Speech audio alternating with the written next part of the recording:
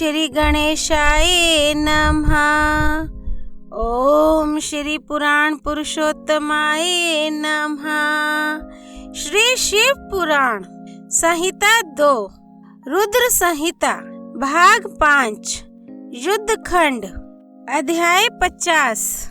शुक्राचार्य की घोर तपस्या और इनका शिवजी को चित्ररतन अर्पण करना तथा अष्टमूर्त्यष्टक स्तोत्र द्वारा उनका स्तवन करना, शिवजी का प्रसन्न होकर उन्हें मृत संजीवनी विद्या तथा अन्यान्य वर प्रदान करना। सनत कुमार जी कहते हैं, व्यास जी, मुनिवर शुक्राचार्य को शिव से मृत्युंजय नामक मृत्यु का प्रशमन करने वाली परा विद्या किस प्रकार प्राप्त हुई थी, अब उसका वर्णन करता हूँ, सुनो। पूर्व काल की बात है, इन भृगुनंदन ने वाराणसी पुरी में जाकर प्रभावशाली विश्वनाथ का ध्यान करते हुए बहुत काल तक घोर तप किया था। वेद व्यास जी, उस समय उन्होंने वहीं एक शिवलिंग की स्थापना की और उसके सामने ही एक परम रमणीय कूप तैयार कराया। फिर प्रयत्न पूर्वक उन देवेश्वर को 1,00,000 बार द्रोण भर पंचामृत से तथा बहुत से सुगंधित द्रव्यों से स्नान कराया। फिर 1000 बार परम प्रीति पूर्वक चंदन, यक्षकर्दम और सुगंधित उपटन का उस लिंग पर अनुलेप किया। तत्पश्चात सावधानी के साथ परम प्रेम पूर्वक राज चंपक, अमलतास, धतूर, कनेर, कमल, मालती, कर्णिकार, कदम, मौलसिरी, उत्पल, मलिका, चमेली, शतपत्री, सिंधुवार, ढाक, बंदूक पुष्प, गुल दुपहरी, पुन्नाग, नाग केसर, केसर, नव मलिक, बेल मोगरा, चिबिलिक, रक्त दला, कुंद, माघ पुष्प, मुचुकुंद, मोतिया, मंदार, बिलपत्र, गुमा, मरुवृक, मरुआ, वृक, धूप, गंठीवन, दौना, अत्यंत सुंदर आम के पल्लव, तुलसी, देवजवासा, भृतपत्री, कुशांकु, नंदाव्रत, नांद रुख, अगस्ते, साल, देवदारू, कचनार, कुर्बक, गुलखेरा, दुर्वांकुर, कुरंटक, करसैला, इनमें से प्रत्येक के पुष्पों और अन्य पल्लवों से तथा नाना प्रकार के रमणीय पत्रों और सुंदर कमलों से शंकर जी की विधिवत अर्चना की। उन्हें बहुत से उपहार समर्पित किए तथा शिवलिंग के आगे नाचते हुए शिव सहस्त्र नाम एवं अन्यान्य स्तोत्रों का गान करके शंकर जी का स्तवन किया। इस प्रकार शुक्राचार्य 5000 वर्षों तक नाना प्रकार के विधि विधान से महेश्वर का पूजन करते रहे, परंतु जब उन्हें थोड़ा सा भी वर देने के लिए उद्यत होते नहीं देखा, तब उन्होंने एक दूसरे अत्यंत दुस्सह एवं घोर नियम का आश्रय लिया। उस समय शुक्र ने इंद्रियों सहित मन के अत्यंत चंचलता रूपी महान दोष को बारंबार भावना रूपी जल से प्रक्षालित किया। इस प्रकार चित्ररतन को निर्मल करके उसे पिनाकधारी शिव के अर्पण कर दिया और स्वयं धूम कण का पान करते हुए तप करने लगे। इस प्रकार उनके 1 सहस्त्र वर्ष और बीत गए। तब भृगुनंदन शुक्र को यों दृढ़ चित्त से घोर तप करते देखकर महेश्वर उन पर प्रसन्न हो गए। फिर तो दक्ष कन्या सती के स्वामी साक्षात विरूपाक्ष शंकर, जिनके शरीर की कांति सहस्त्रों सूर्यों से भी बढ़कर थी, उस लिंग से निकलकर शुक्र से बोले। महेश्वर ने कहा, महाभाग भृगुनंदन, तुम तो तपस्या की निधि हो।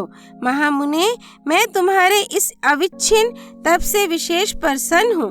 भार्गव, तुम अपना सारा मनोवांछित वर मांग लो, मैं प्रीति पूर्वक तुम्हारा सारा मनोरथ पूर्ण कर दूंगा। अब मेरे पास तुम्हारे लिए कोई वस्तु अदेय नहीं रह गई है। सनत कुमार जी कहते हैं, मुने, शंभु के इस परम सुखदायक एवं उत्कृष्ट वचन को सुनकर शुक्र प्रसन्न हो अनंत समुद्र में निमग्न हो गए। उन कमल नयन द्विजवर शुक्र का शरीर परमानंद जनित रोमांच के कारण पुलकायमान हो गया।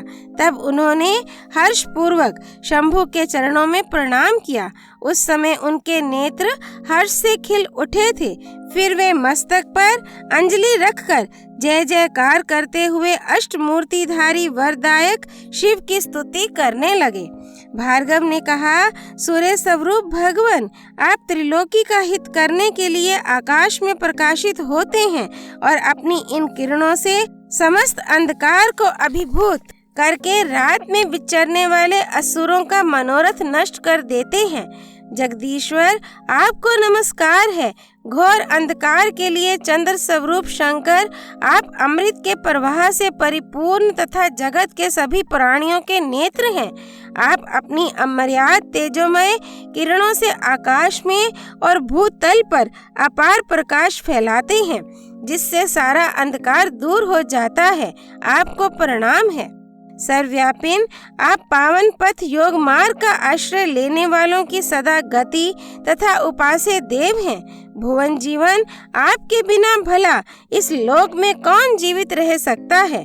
सर्पकुल के संतोष दाता, आप निश्चल वायु रूप से संपूर्ण प्राणियों की वृद्धि करने वाले हैं।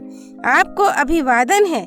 विश्व के एकमात्र पावन कर्ता, आप शरणागत रक्षक और अग्नि की एकमात्र शक्ति हैं। पावक आपका ही स्वरूप है। आपके बिना मृतकों का वास्तविक दिव्य कार्य दाह आदि नहीं हो सकता।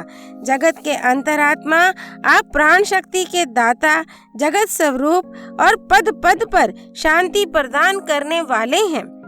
आपके चरणों में मैं सिर झुकाता हूँ। जल स्वरूप परमेश्वर, आप निश्चय ही जगत के पवित्र कर्ता और चित्र विचित्र सुंदर चरित्र करने वाले हैं। विश्वनाथ, जल में अवगाहन करने से आप विश्व को निर्मल एवं पवित्र बना देते हैं, इसलिए आपको नमस्कार है। आकाश रूप ईश्वर, आपसे अवकाश प्राप्त करने के कारण यह विश्व बाहर और भीतर विकसित होकर सदा स्वभाववश श्वास लेता है, अर्थात इसकी परंपरा चलती रहती है तथा आपके द्वारा यह संकुचित भी होता है, अर्थात नष्ट हो जाता है। इसलिए दयालु भगवान, मैं आपके आगे नतमस्तक होता हूँ। विश्वम्भरात्मक, आप ही इस विश्व का भरण पोषण करते हैं। सर्वव्यापिन, आपके अतिरिक्त दूसरा कौन अज्ञान अंधकार को दूर करने में समर्थ हो सकता है। अतः विश्वनाथ, आप मेरे अज्ञान रूपी तम का विनाश कर दीजिए। नागभूषण, आप स्तवनीय पुरुषों में सबसे श्रेष्ठ हैं, इसलिए आप परात्पर प्रभु को मैं बारंबार प्रणाम करता हूँ। आत्म स्वरूप शंकर, आप समस्त प्राणियों के अंतरात्मा में निवास करने वाले प्रत्येक रूप में व्याप्त हैं और मैं आप परमात्मा का जन हूँ। अष्टमूर्ते, आपकी इन रूप परंपराओं से यह चराचर विश्व विस्तार को प्राप्त हुआ है, अतः मैं सदा से आपको नमस्कार करता हूँ। मुक्त पुरुषों के बंधो, आप विश्व के समस्त प्राणियों के स्वरूप, प्रणत जनों के संपूर्ण योग क्षेम का निर्वाह करने वाले और परमार्थ स्वरूप हैं। आप अपनी इन अष्ट मूर्तियों से युक्त होकर इस फैले हुए विश्व को भली भांति विस्तृत करते हैं, अतः आपको मेरा अभिवादन है। सनत कुमार जी कहते हैं, मुनिवर भृगुनंदन शुक्र ने इस प्रकार अष्टमूर्त्यष्टक स्तोत्र द्वारा शिव जी का स्तवन करके भूमि पर मस्तक रखकर उन्हें बारंबार प्रणाम किया।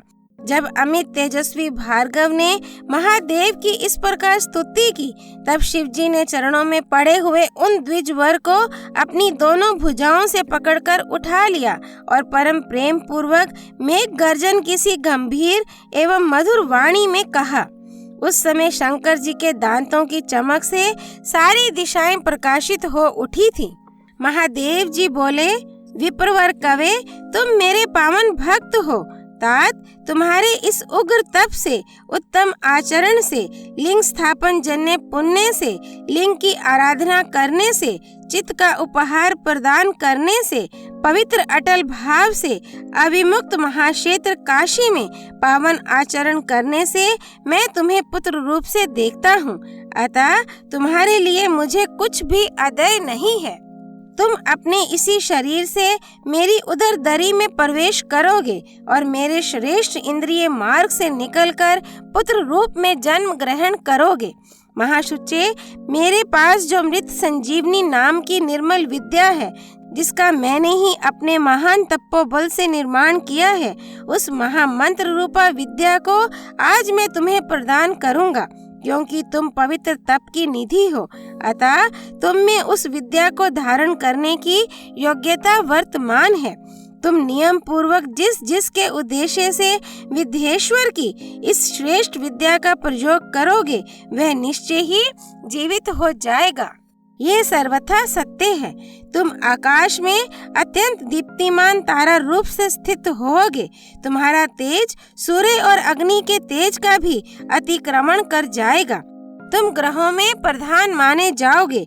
जो स्त्री अथवा पुरुष तुम्हारे सम्मुख रहने पर यात्रा करेंगे, उनका सारा कार्य तुम्हारी दृष्टि पड़ने से नष्ट हो जाएगा। सुव्रत, तुम्हारे उदय होने पर जगत में मनुष्यों के विवाह आदि समस्त धर्म कार्य सफल होंगे। सभी नंदा, प्रतिपदा, षष्ठी और एकादशी तिथियां तुम्हारे संयोग से शुभ हो जाएंगी और तुम्हारे भक्त वीर्य संपन्न तथा बहुत सी संतान वाले होंगे।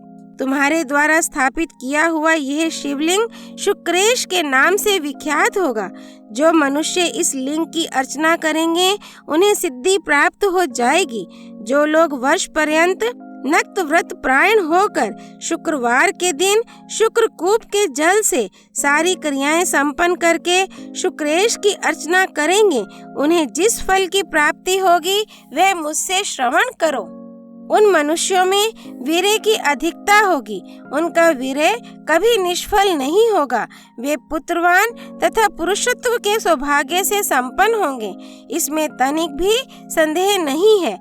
वे सभी मनुष्य बहुत सी विद्याओं के ज्ञाता और सुख के भागी होंगे। यों वरदान देकर महादेव उसी लिंग में समा गए।